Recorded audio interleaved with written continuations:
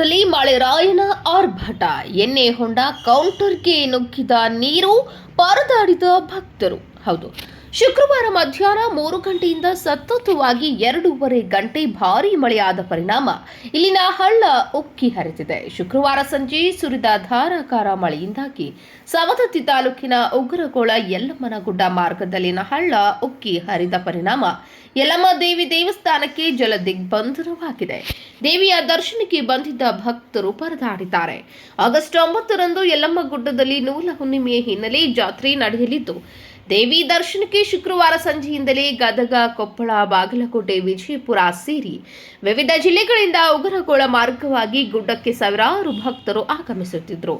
ಶುಕ್ರವಾರ ಮಧ್ಯಾಹ್ನ 3 ಗಂಟೆಯಿಂದ ಸತತವಾಗಿ 2.5 ಗಂಟೆ ಭಾರೀ ಮಳೆಯಾದ ಪರಿಣಾಮ ಇಲ್ಲಿನ ಹಳ್ಳ ಉಕ್ಕಿ ಹರಿದಿದೆ. ಯಲ್ಲಮ್ಮನ ದೇವಸ್ಥಾನಕ್ಕೆ ನೀರು ನುಗ್ಗಿದ್ದು, ಇಲ್ಲಿನ ಎಣ್ಣೆ ಹೊಂಡ ನಡುಗಡ್ಡೆಯಾಗಿದ್ದು, ಓರ್ವ ವ್ಯಕ್ತಿ ಸಿಲುಕಿಕೊಂಡಿದ್ದ.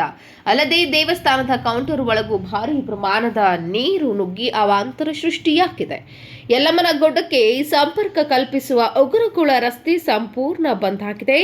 ಹಳ್ಳದ 2 ಬದಿ ನೂರಾರು ವಾಹನಗಳು ಸಾಲುಗಟ್ಟಿ ನಿಂತಿದ್ದು, ಸಂಚಾರ ಸ್ಥಗಿತಗೊಂಡ ಪರಿಣಾಮ ಸಾವಿರಾರು ಭಕ್ತರು ಪರದಾಡಿದ್ರು. ಕೆಲವು ಭಕ್ತರು ಸುತ್ತು ಬಳಸಿ ಪರ್ಯಾಯ ಮಾರ್ಗಗಳಿಗೆ ಸಂಚರಿಸುತ್ತಿದ್ದಾರೆ. ಅಲ್ಲದೆ ಉಗುರುಗೋಳ ಗ್ರಾಮವು ಸಂಪೂರ್ಣವಾಗಿ ಮುಳುಗಡೆಯಾಗಿದ್ದು, 5 ಬೈಕ್ಗಳು ಕೊಚ್ಚಿ ಹೋಗಿವೆ. ನೀರಿನ ರಭಸಕ್ಕೆ ಕೊಚ್ಚಿ ಹೋಗುತ್ತಿದ್ದ ಒಂದು ಬೈಕ್ನ ಸ್ಥಳೀಯರು ಹರಸಾಹಸ ಪಟ್ಟು ರಕ್ಷಿಸಿದ್ದಾರೆ.